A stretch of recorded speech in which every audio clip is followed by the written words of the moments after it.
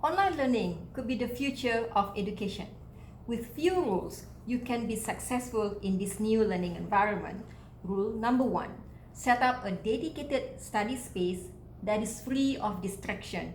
This will help you to focus in your lessons. Create a daily schedule to stay productive. You can attend classes and complete your assignment during the day, and you can rest at night. Have your notebook by your side to take down notes during your lectures. Ask questions to better understanding a lesson. You can ask your lecturer because normally they will be more approachable during this learning environment.